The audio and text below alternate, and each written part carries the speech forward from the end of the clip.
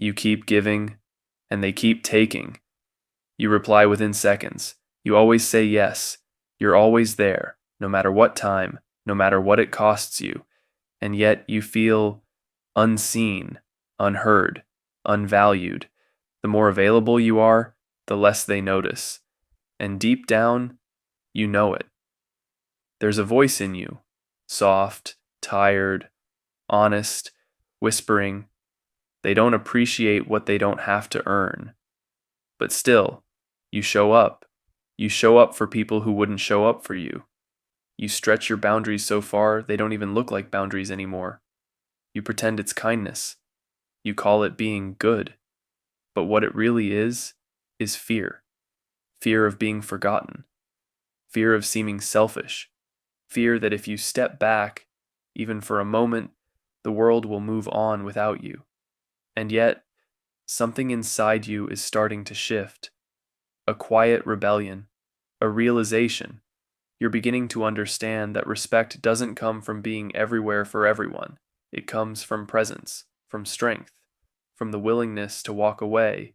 And when you do, something strange happens. They start noticing. They start chasing. Because now, you've stopped handing yourself out like a free sample. Now, you've become rare. And suddenly, rare means powerful. It always starts with good intentions. You just want to be there for people, to help, to support, to show up when others don't. And for a while, it feels right. They smile when you answer. They thank you when you say yes. They lean on you. You become reliable, solid, the person everyone turns to when they need something. But slowly, quietly, the balance begins to shift. You start responding before they even finish asking. You cancel plans to accommodate them. You rearrange your schedule, your energy, your life, just to make sure no one feels let down. And at first, they're grateful. But then, something changes.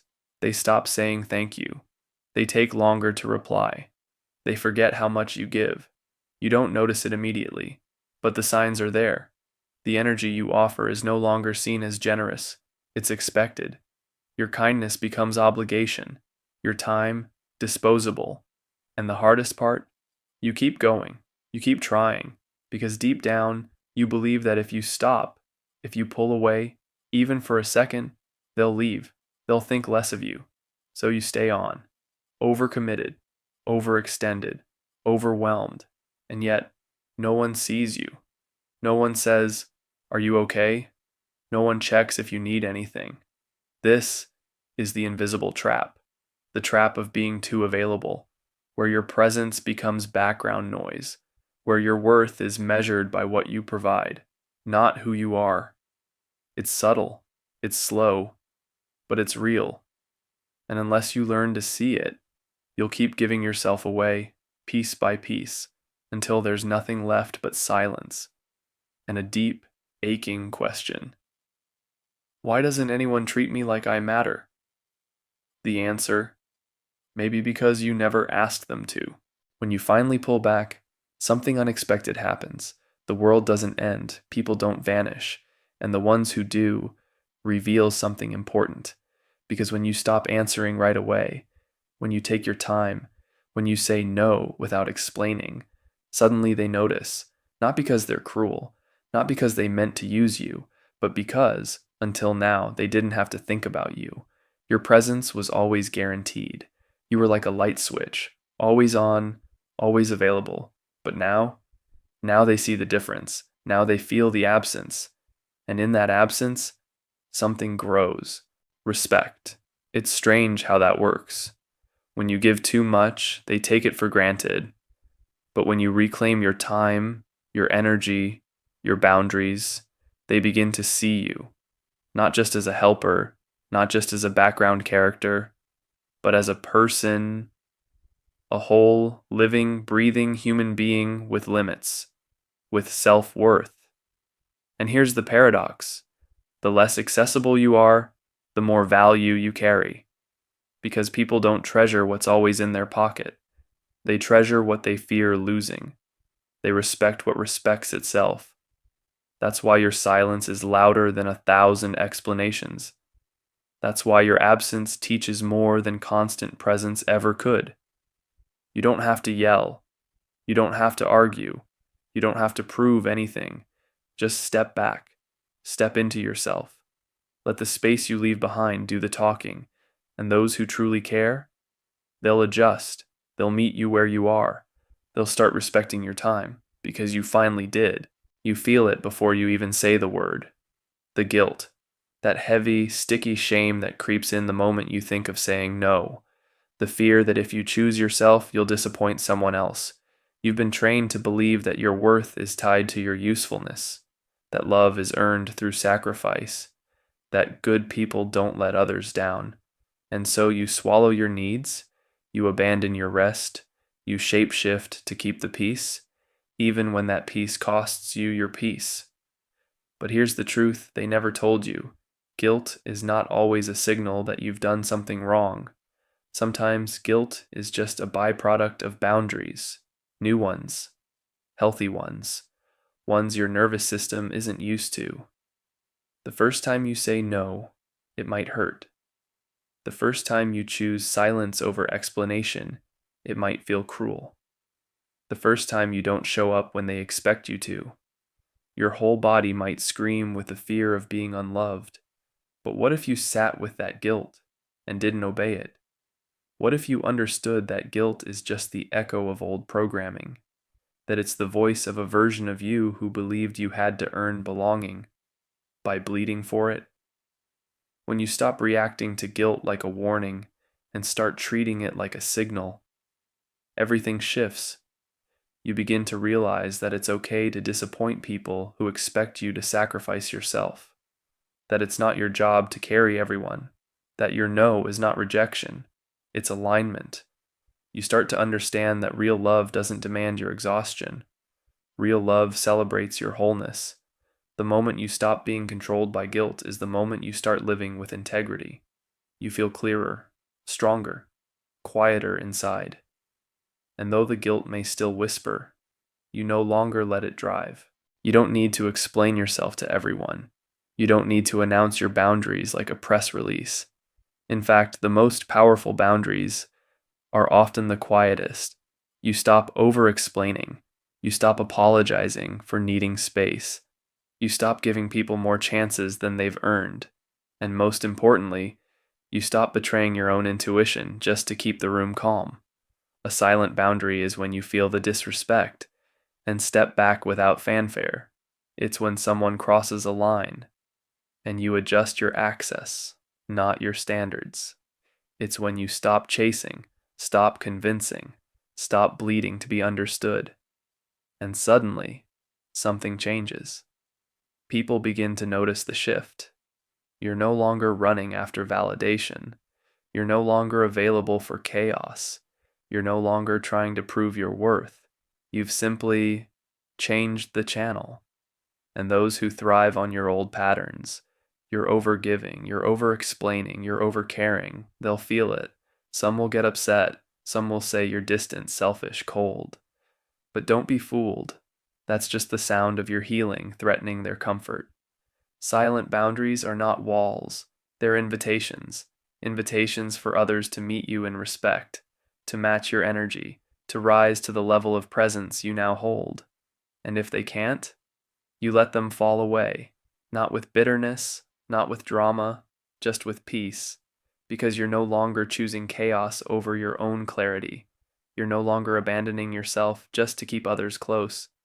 You've learned that your silence has power, that your absence can teach louder than your words ever could. And now, you carry that power with you, not as a weapon, but as a compass. There's a shift, subtle, but undeniable, when they realize you're no longer chasing. You're not checking their stories, not double texting, not filling silences with nervous apologies. You're not bending your schedule, your values, or your voice just to stay on their radar. You've gone still. And in that stillness, something happens. The people who once took your presence for granted start to feel its absence. They don't hear from you like they used to. You're not available on demand. You don't orbit them anymore. And the balance of power, The one that was always tilted in their favor begins to shift. They pause. They notice. They wonder. But you're not doing this as a tactic. You're not pulling back to manipulate. You're pulling back to heal, to protect, to return to yourself. And as you do, the energy changes. You're not bitter. You're boundaried.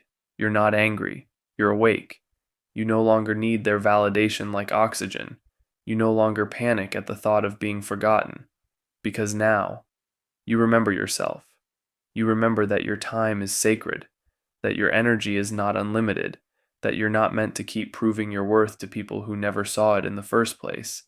And when they come back, because some will, you greet them not with resentment, but with clarity. You're no longer the same version of you they used to know. You're quieter, stronger, and you don't run toward what once ignored you. You don't beg to be chosen by someone who failed to see you the first time, because now you've chosen yourself, fully, finally, without flinching. And that moment when they realize you're not chasing anymore, it's the moment you finally start leading. You don't have to prove anything to anyone when you move with self-respect. It's not something you say, it's something you radiate. It's in the way you enter a room without needing attention. It's in the way you leave a conversation that no longer feels safe. It's in the way you don't chase closure, because you know you can give it to yourself. Self-respect is quiet, but it speaks volumes. People feel it in your boundaries, in your posture, in your silence. It doesn't yell. It doesn't demand. It simply is. And that's what makes it powerful. Because when you respect yourself, you stop allowing things that diminish you. You no longer overstay where you're not valued. You no longer explain your worth to those committed to misunderstanding it. You no longer break your own heart just to keep someone else comfortable. And the world around you begins to shift. People either rise to meet you or fall away. And both are answers. Because self-respect is a filter. It teaches others how to treat you, not by force, but by example. You don't have to argue your boundaries. You just have to live them. You don't have to beg to be seen. You just have to stop hiding. And the ones meant for you? They'll feel it. They'll recognize the difference between performance and presence, between noise and depth, between neediness and rootedness. They'll see that you're not here to be chosen. You've already chosen yourself. And that choice echoes. It echoes in your no. It echoes in your stillness. It echoes in your refusal to settle for halfway love. That's why self-respect is louder than words, because it doesn't just change how others see you. It changes how you see you. And once that changes, everything else follows. There comes a point where words lose their meaning. You've explained. You've justified. You've begged to be understood. And still, nothing changed. So now, you've learned to say less, and watch more, to step back instead of stepping in, to observe, not react, to let silence speak. And the truth is, silence says everything. It says, I'm no longer explaining myself to people committed to misunderstanding me. It says, I've outgrown this version of me, and this version of us. It says, I choose peace over chaos, clarity over confusion, me over pleasing you. You don't need long messages. You don't need dramatic exits. You don't need to make sure they know how much they hurt you, because your absence will say it. Your energy will say it. Your no response will say it. And those who are truly listening, not just to your words, but to your presence, will hear you louder than ever. Silence is powerful because it removes the option to argue. It removes the need to defend. It creates space for you to breathe, space for the truth to surface, space for others to feel what they tried to avoid. And in that space, there's clarity. Some people will finally realize what they lost. Others will stay confused. But you'll be at peace, because you'll know that you no longer need to convince anyone of your value. You no longer need to prove your pain. You've said what needed to be said through how you live, not what you explain. And that's the deepest form of communication. That's the language of self-worth, of quiet power, of knowing that the most meaningful messages are often sent in silence. There were times they called you too intense, too emotional, too deep, too honest. They said you cared too much, felt too much, needed too much. And somewhere along the way, you believed them. You started shrinking, softening your voice, dimming your joy, censoring your love. You tried to be easier to hold, more convenient to love. But the truth is, you were never too much. You were just too real for people who weren't ready, too whole for those still searching for fragments, too awake for those still asleep to their own hearts. You weren't too much. You were misplaced, planted in rooms that couldn't hold you, poured into people who couldn't contain you. But now you're remembering. You're remembering that your depth is not a flaw, it's a gift. Your emotions are not a burden. They're evidence that you're alive. Your intensity, it's your soul refusing to be numb. And those who once called you too much were simply not enough for you. That's not arrogance. That's alignment. Because when you find the right spaces, the right people, they won't flinch at your fire. They'll sit with your storms. They'll echo your thoughts before you speak them. They'll love you not in spite of your depth, but because of it. And suddenly, all the places you were too loud, too soft, too sensitive, start to look like training grounds. Not for hiding, but for honoring. Honoring the parts of you that never stopped believing, never stopped feeling, never stopped hoping that one day someone would see you and stay. So here's the truth. You were never too much. You were simply waiting for a world that could finally hold all of you. And now, that world begins with you. At some point, without fanfare, without warning, something shifts. You stop waiting to be chosen. You stop hoping to be seen. You stop asking, am I enough for them? And start asking, are they enough for me? It's quiet at first, a small flicker of self-trust, a subtle reclaiming of your time. You cancel the calls that drain you. You walk away from rooms that dim you. You let go of people who only showed up when it was easy. And in their place, you build. You build rituals that restore you. You build friendships that nourish you. You build a life that doesn't require you to break in order to belong. And suddenly the roles reverse. You are no longer the seeker. You are the decider. You are no longer waiting for permission. You are setting the terms. Not from ego, not from spite, but from clarity, from peace, from the deep knowing that your energy is sacred, that your presence is a gift, that your love, your time, your listening are not owed. They're offered, and only to those who honor them. You become deliberate, selective, not closed, but conscious. You don't need 100 hands reaching out. You just need a few who know how to hold you. You don't need to chase love. You are love, grounded, radiant, whole.